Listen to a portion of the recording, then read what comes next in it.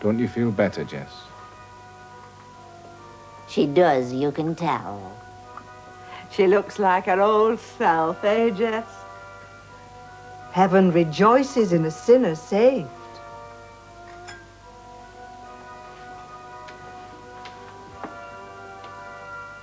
I hope you'll testify on Sunday, Jess. I will.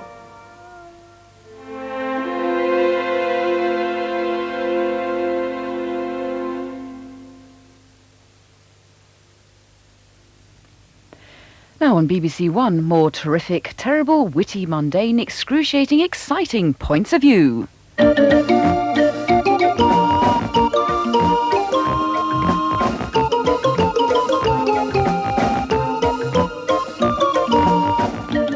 Good evening, and booked your summer holes yet? How about a relaxing cruise with non-stop walkathons all day, non-stop discos all night, not to mention a 27-hour coach journey to a campsite opposite a high-decibel fairground, plus all the trials, tribulations and shortages of Eastern Europe. Bridget Burge of Henley-on-Thames concludes... Either the makers of Holiday 90 are sponsored by the English Tourist Board or operating a switch-off-your-television campaign. Mind you, it could be just the place for Ruby Wax, couldn't it, Sheila Latham? My Radio Times revealed a promise she will be buried alive in the programme.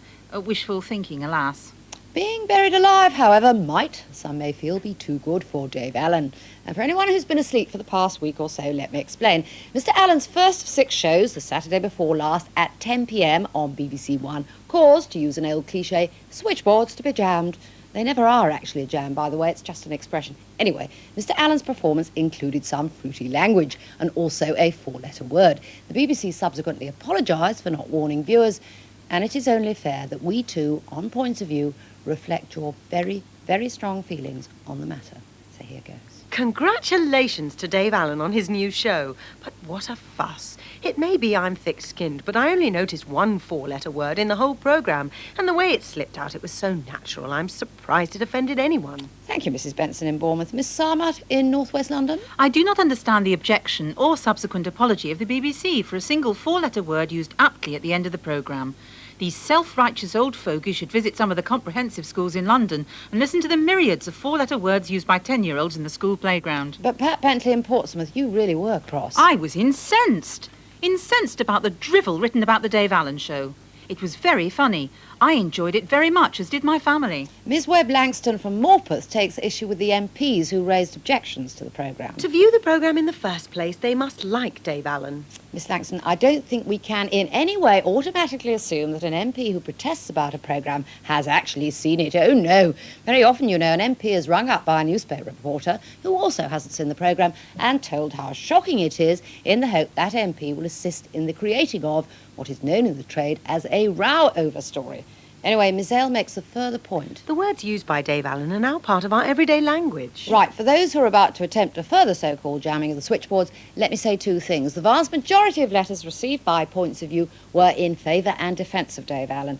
The vast majority of those were written by women. Yes, honestly. But just to balance the books, Mr. Leslie Baxter in Swindon. The talent of Dave Allen is not in question, but to allow such language and then say viewers should have been warned is an insult. The BBC is a disgrace. Well, here's a bit from last Saturday's show with no dirty bits, just Mr. Allen inventing a whole new English language.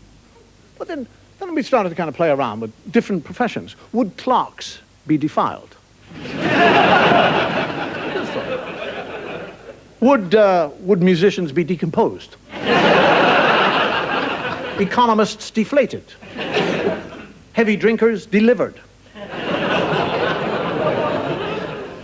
Cowboys deranged? Electricians delighted? I suppose prostitutes would be delayed. Well, only a teeny weeny bit dirty, Mr. Baxter. Right, let us move on to sport and that match of the day between Nottingham Forest and Manchester United. As an ex-professional footballer, Writes Mr. Woland of Handforth, I was appalled at Jimmy Hill's bumbling attempt at an explanation of the disallowed Notts Forest goal. if, says Mr. W, With the aid of 3 reruns of the slow-motion replay, he cannot see that 2 Forest players are clearly offside, then how can he justify his continual pontificating about what is wrong with football? A. Holmes in Abingdon asks, with reference to the same match, Is it asking too much to have someone with refereeing experience on hand to advise in these cases? Both Jimmy Hill and Desmond Lynham, he says. Were embarrassing to watch. Barry Davis? Needed a belated off-screen hint earlier in the season as to the laws of the game. And the England manager? Showed his ignorance when acting as commentator. Well, one wonders who on earth would be good enough to make a sound judgment, Mr. H. Well, a humble minor league referee and many others could have corrected him on this occasion. Ah, pity you and many others weren't around to correct another batch of sportsmen. I have just finished watching the worst question of sport I have ever seen. It was, says Stephen Turner of Baildon. Chaos, shambles, interruptions. And one piece of very offside behaviour, wasn't there, Mr. T? Yes, Steve Davis. Indeed. At which sport is Claire Wood the British national champion? Tennis. Do you want to see that again? At which sport is Claire Wood the British national champion? Tennis. Still on sport, and not very nice manners, but featured in Screenplay First, a new series of short films by directors new to television. Arrivederci Millwall was set at the time of the Falklands conflict. It showed supporters following the progress of England's footballers in Spain, and more specifically, and very sensitively in my view, one boy's reaction to his sailor brother's death in the South Atlantic. But it was those supporters viewers took exception to. Here's a little bit of them. All right. I'll say good morning. Hello, darling.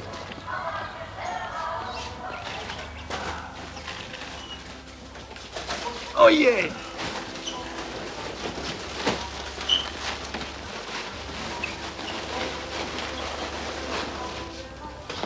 Cheers. Devuelve la comida. Espera hasta que llama la policía.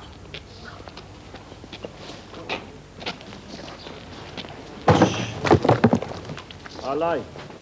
Ms. Irene Lomas complained. As the head teacher of the primary school next to Millwall Football Club, I was horrified. The violence and totally antisocial behaviour implicit in this drama projected false and extremely negative images of our local community.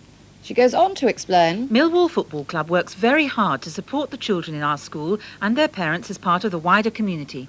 They do this in many admirable and positive ways. Ms. Lomas concludes. It was sad to see this wonderful community work completely undermined. Now, a few quick points of order. The first about Dear John, USA. It was almost the same as Dear John, UK. It was like watching a repeat. Why, asked Miss Anon. Bothered to make an American version with the same script, the same jokes, the same characters, the same situations. Particularly, it was adapted from the one made here in the first place. And why, asked Marjorie Haste, was Vivaldi's masterpiece, The Four Seasons, performed superbly by Nigel Kennedy, wrecked by the cutting room? Mrs. Haste argues that the images flashing on the screen confused the mind to such an extent it was impossible to appreciate the music or the rapport between Nigel and his fellow musicians. Why, she demands? Couldn't we just watch from a middle distance, from just a few different angles, and stay longer than 6 seconds at each focus? Helen Miller actually took to counting the changes. Yes, Anne, in one 30-second burst, I counted 43 camera shots. And the effect was to make her feel quite sick. Well, I hope you've got a bucket handy, Helen. We're going to have another look.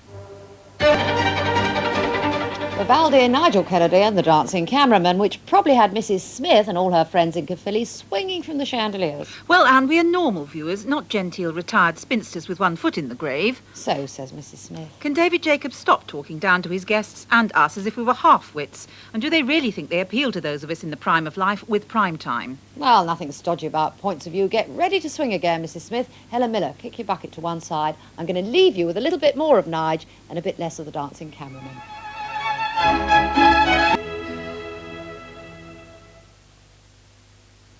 It's a sad time on BBC Two shortly as the MASH unit prepares to say goodbye to Radar. And that's followed at 9:25 by part 2 of our drama series, Oranges Are Not the Only Fruit. Jess, now 16, meets and falls in love with Melanie, but their love is condemned by her mother and her church.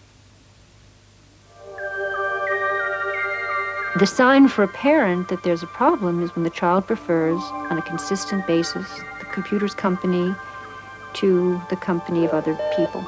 QED tonight examines computer addiction. Could computers be damaging the psychological development